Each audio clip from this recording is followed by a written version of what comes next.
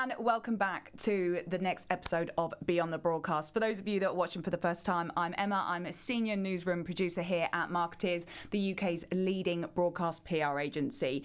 Now, today, I am joined by a very special guest from Magic Radio. So, producer Will, welcome. Flatter me. I mean, I'll take it. I think it's the first time I've ever been described as a very special guest, so I'll take it. You're a very a highly valued contact of mine in particular, and a friend. So today we're going to be discussing the insight that goes into planning a radio show and discussing all the tactics for landing guests and great news stories. So I'm going to let you introduce yourself. Tell us about you, what you do, your background in radio and broadcast and all sorts. Sure. So, as you say, I work at Magic now. So I look after Emma B during the week between 1 and 4, and Tom Price on a Saturday morning, 6 till 10. Before that, I was at Absolute Radio. I worked on The Breakfast Show there with Dave Berry, and Rock and Roll Football with Matt Ford and Matt Dyson. And then before that, I was at a local heart station. And before that, I was doing student radio, but that's probably less glitzy. So you've made your way up. And now you mentioned one of the shows that you worked on, Saturday Rock and Roll Football Show. Yes. Let's just start off talking about sport straight away. So obviously it's summer of sport. I know that you are a very big cricket fan. Yes. So I feel like let's address that. and yeah, so cricket, Ashes, the 100. Exactly. There's loads going on, and it's certainly for us at the moment, being on Magic, the crossover potentially of people who would turn us off and put Test Match Special on, for example, probably isn't huge. So it's finding a way of being able to kind of go, oh, maybe we'd like to do some content with some cricketers or with the ECB or something like that, but how do we make that actually fit our audience? And something like the 100 is perfect, and actually, at the time we're speaking, we've got an interview going out with 2 England cricketers, Charlie Dean and Lauren Filer, on Saturday in Tom's show, centering around the 100, talking a little bit about the cricket, but actually kind of being able to expand that and go, because it's the 100 and it's family friendly, and we're in the summer holidays, and everyone's looking for stuff to do with the kids, that's our in, and that's how we make it relevant. So it's, you know, we've taken a story that maybe at first glance, cricket on Magic, you might go, oh, I don't know if that would fit. We've sort of almost turned it on its head and found a new angle to it. And then, you know, managed to have some great content, did some great social stuff. We took Tom down to Lords, which is a great place to be able to film stuff and get content out as well. And we've kind of gone from having something that could have been a 2-minute throwaway piece to actually something that's kind of the centrepiece of this Saturday's show.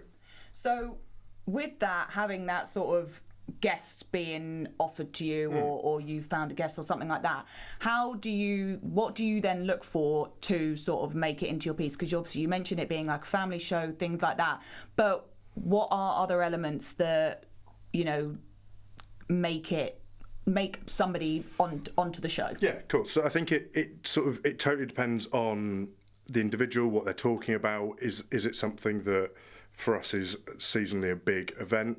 So at Magic, obviously, we go mad at Christmas. We go 100% Christmas. It's amazing, it's huge, and we're sort of always looking for guests who we can fit around that and who are relevant, not just to Christmas, but to our audience as well.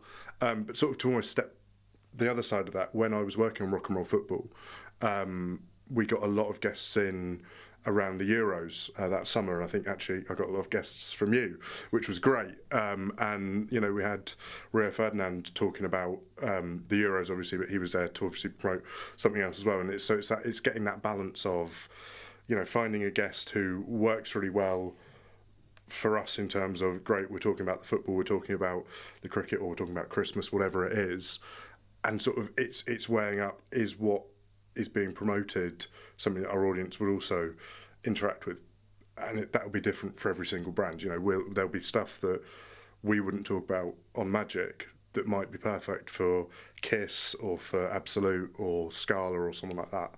So it's totally about, and also trying to find maybe a different angle that, you know, when I get an email from you, I might read it once through and go, I'm not sure, but I really like the person. Is there something, you know, is there another way of making that happen? And it's if you've got the time, which isn't always something that you've got, but if you've got the time, it's kind of going, how could we make that work? And sometimes it's tweaking the message a little bit to get them on. And not just the message, but I guess for you guys as well, more and more you're wanting guests in studio and things too. Guests in studio it was great during the pandemic to be able to have remote guests because it meant we could still have people on, and that was a great thing. That meant we, as you say, we kept having guests, and even during that Euros summer, for example, that was still, we were kind of in that weird half and half phase, and stadiums weren't full and guests weren't coming in. It was all sort of at a distance. But I think now everything's back to normal, and I know that there's the capability to do them remote, but actually, certainly something we've moved away from is remote guests. Sound quality is not always as good. It's harder to get that connection between the guest and the host. It's harder to kind of, maybe try a couple if you wanted to do a silly game with them or something like that. It's harder to kind of get that to work over a remote connection. And so obviously we've been talking about the rock and roll football show and things. Yeah. You've worked across a few different shows. You're on Emma Bede's and then Tom's at the Weekend and things like that. So if we obviously talking about sport at the moment, but also we've had Oppenheimer, Barbie, things like that, entertainment guests. Yeah. So if you kind of got one guest offer, how do you sort of make sure who works on what shows? Because obviously you want different guests on different shows, but say for instance, a breakfast show or a mid-morning or something compared to a weekend show. Yeah. What is it that, as a producer, you look for those? Obviously, not just audience, but what is it that you are looking for? It will depend on the amount of time we think we're going to have with them. If we've not, because for example, Tom at the Saturday probably has a little bit more talk time than Emma might have during the week, just because of that's how commercial radio works. Tom's Saturday breakfast, it's still got the feel of a breakfast show, so there's more opportunity to maybe go slightly longer. That's not to say, one of Emma's great skills is getting guests into that afternoon slot and make it work, but still within the kind of confines of commercial radio, which is always fun.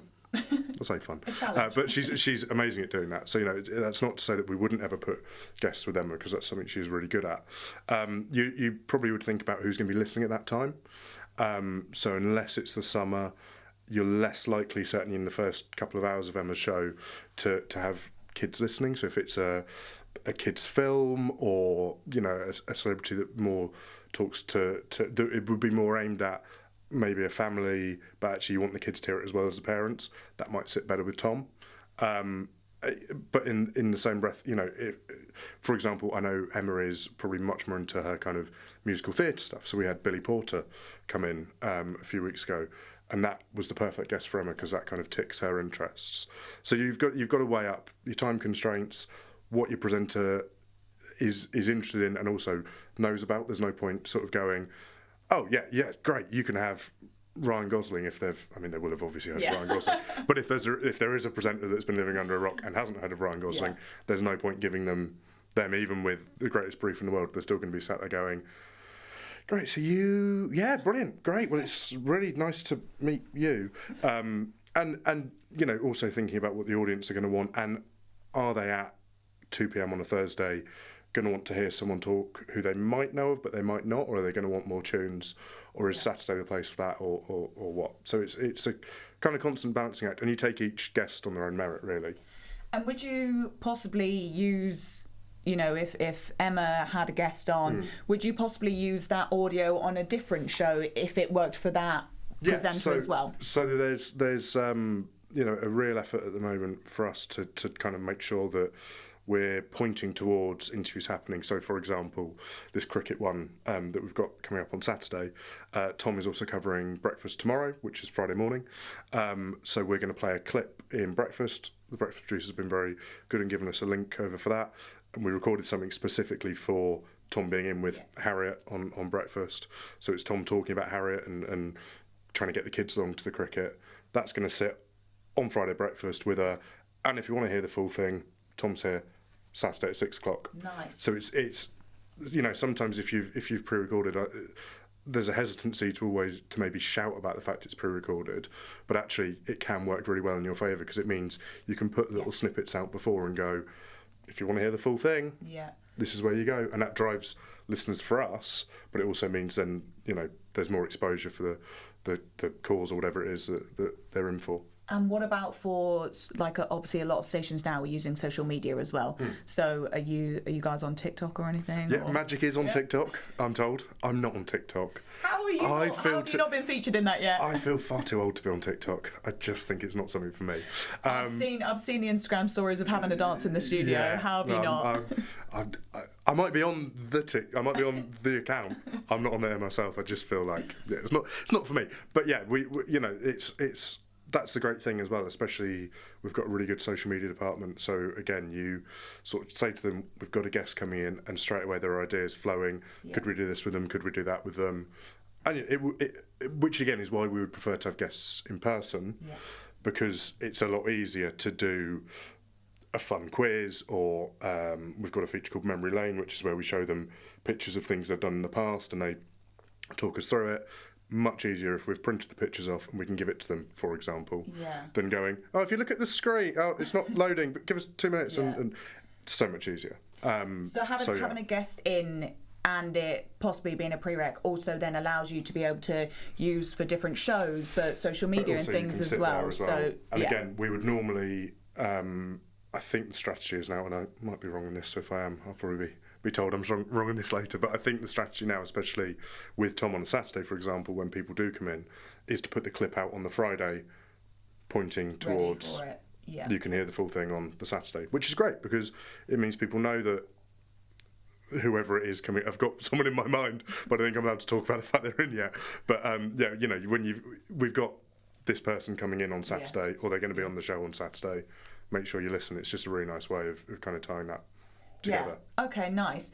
And then in terms of obviously guests being attached to stories and things, how important is data for stories for you guys? So what in terms of research? Yeah. So if there are stats with it, research and things like that. For our generally, unless we're doing kind of a campaign around something or anything like that, generally less important for us, being like a kind of a light ent, for want of a better phrase, radio station. It does depend what it is, but it's kind of less important. It's more about the person. Will our audience know who they are? Is what they're going to be talking about something that our audience would care about or expect us to be talking about? That's the other thing, because our audience might care really deeply about a certain cause, but if they're not expecting to hear it again at 2:00 on a Thursday, it might actually be something they care about, but maybe they don't want to hear it in that space, so they turn off.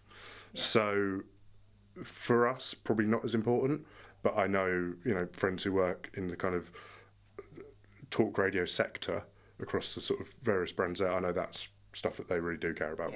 So for us, probably less so, but doesn't mean it's not important. Depends on you know, the stations and things like that. Totally. In terms of sport at the moment, just going back to that, who would be, so I'll do one, I know that obviously you've got a cricket guest on soon, but in terms of cricket and then obviously the Women's World Cup, who would be your ideal guests to have on? So maybe give me one for Emma's show and then one for the weekend show. So I think what would be really good, I think, in Emma's show is someone like a Jill Scott from, you know, who's obviously doing ITV punditry at the moment, who is a household name, who can talk, you know, would be really knowledgeable about the women's game, and we can talk about the World Cup and how well, touch wood at the time this goes out, England still doing well, England are doing, can talk about, you know, the fact that she's been there and won trophies with England as well, and is someone that we could then do some other more magic-y bits with, and it doesn't, you know, Jill Scott popping up in the afternoon wouldn't be out of place. It would sound totally normal, and that's almost what you're looking for, especially during daytimes when we're on in offices or, you know, the school run or something like that. It's that thing of, does this sound out of place? No, great. In terms of Tom, someone like a Mark Wood from the England cricket team would be great. There's obviously the video that went sort of semi-viral last. It probably only went viral to me because I'm into cricket, where Ben Stokes is trying to do a press conference and Mark Wood's playing the Barbie theme and then the Star Wars theme. And he seems like someone who's very funny. Good talker as well whenever you see him on the telly talking about cricket or whatever it is else he's talking about. And he's got a regional accent, which is brilliant, because too many people sound a little bit like me on the radio, and when you've got everyone that sounds the same, very easy to tune out. I'm say doing down myself really, but so that's interesting. So regional accents as well. So huge. As I say, I don't want to tune into the radio and hear myself talking back to me. There's obviously still a place for it. I don't want to do myself out of a job or anything, but that's 100% a big plus for us, I would say. Yeah. Okay. Cool. So just going back, you said the C word, which sorry. Seems quite early. But that's early for me and maybe you and things like that. But are you starting to talk about Christmas now? Like, how far in advance do you plan things? How much time do you need? Yeah, I mean, so as a station, obviously we're thinking about, it's such a big event for us. We are thinking about what we're doing for Christmas and what our plans are and all other myriad stuff. I mean, it's all going up way above my pay grade, but I know that people are thinking about it. And in the back of my head, I'm thinking, do we want to try anything new this year? With the shows I look after, it would probably be a bit early for thinking of guests at the moment, unless there was like, I don't know, you had Michael Bublé, and it was the only interviews he was doing all year, and it was going to be in August. And if you wanted to chat Christmas to him, you had to do it in August. Yeah. Obviously, you'd then go, fine, we'll do that. Yeah. But what you want is you almost want that sweet spot of, we know this person's coming in 2 weeks' time, so I've got long enough to think about it, plan it, write the interview, maybe come up with some ideas. But actually, we want the interview to then air, either to be live, which is great. We love live, especially on a Saturday morning. We've been really pushing for that. Or, for it to be recorded and then to go out in the next few days, so that anything they say that is topical, or from our point of view that we could kind of, turn into a press-worthy story or whatever it is, isn't something that we've then got to sit on for too long. So that's a big part of it. So then I guess from my, our point of view, especially me sort of letting guests and things like that, it's getting it as early as possible, not too early, but because, shows get booked up. I mean, how far in advance are you booking guests? It totally depends. So I think at the moment we had a run at the beginning of the summer, basically in June, where I looked down the diary and I went, especially for Tom, I was like, because someone offered us someone who we would have had on, would have loved to have, but then I looked down the diary and I was like, actually for the next 8 weeks when this would be relevant, we don't have any space, I'm really sorry, and we had to say no to something. I realise I'm being really cryptic, it wasn't that exciting, but yeah, it was someone we would have loved to have had on, but we just managed to get ourselves chocker. We try not to get that booked up generally, just because then you do miss out on the people that pop up late on, but it totally depends, and other people would it take a big name to bump somebody else off the list, or potentially? I mean, we've had it before where we've had 2 guests on a Saturday, certainly, where we've had them on in the 7 o'clock hour and in the 9 o'clock. Okay. That's okay. That's fine. I'd hate to bump someone from our point of view. I know, again, if you're working on a news-based programme, I know people get bumped all the time. I think from our point of view, there's more wiggle room because we're not as guest intensive. We've not got someone on every 15 minutes talking about the the next news story. Yeah. So we can usually accommodate people. And when you've got the guests, whether it's live or pre-recorded, and obviously we've spoken about adding the social media bits and being able to talk to them about a few other things, looking ahead to tomorrow's show or something. Yeah. How much time, ideally, would you like with a guest? Half an hour always feels about right. If it's 15 minutes, great. 15 minutes is better than nothing. Yeah. Much more than half an hour. And so, again, with my kind of commercial radio head on, you're just going to be recording stuff that you lose, which is always a shame. Obviously, if you've got someone in live, you could do a whole hour with them if they're a strong enough guest or that they're willing to be there or whatever it is. But yeah, pre-record, half an hour is great because it gives you kind of 5 minutes when they arrive just to sort of talk them through if you're doing anything different. Yeah. You've built in kind of an emergency 5 minutes if you are going a bit longer. Yeah. Probably a 15-ish minute record, maybe 20 minutes, and then the rest of the time over to social. And again, that depends how long that is or if they might want to do a couple of videos with them. But yeah, half an hour is ish placeholder is good. Cool. And then, that's half an hour in studio. So Yeah, half an hour in studio, yeah. Lovely. Yeah. Now, can't let you go without talking about RAJAR. Yes. Congrats to commercial radio. It's brilliant. I mean, it's just nice to see that number kind of rising and rising and rising. It's great, and it's it's a really fun time to be in the commercial sector. There's obviously been some big names coming across the commercial sector, again from a news point of view and from a kind of music radio point of view as well. And I think that's actually strengthened all of us. Magic especially maybe might not necessarily have taken a Ken Bruce who's gone to greatest hits, but that doesn't necessarily mean, when people have maybe left the radio station they were at, they might have found us on the radio dial rather than greatest hits. Yeah. We're in the same company. Either of us is great. Greatest hits are lovely as well. But it's nice, and it shows the strength of commercial radio and the pull that all those stations kind of are rising with one tide, which is nice. Lovely. Yeah, just before you go, what are you looking forward to for the year? As a Magic producer, it's got to be Christmas. I think if I didn't say Christmas, I'd be throwing out the Magic Circle. But back to school in September is always fun as well, because it's quite a nice kind of reset point for us as well as for our listeners. And we know, that's when kind of car journeys, where we might be on quite a lot, or mornings when people are getting up at a regular time or getting home and the radio's going on as the kids doing homework, anything like that. That's when we settle back into that pattern quite nicely, and you can feel it over the summer holidays as well when people are away and on different patterns. You get different people texting in, which is great, and different stories, but it's nice to kind of be back in that routine as well. So yeah, back to school in September, which if I'd said that as a kid, I'd have thought I was going mad that I was excited for that. And then Christmas is going to be great as well.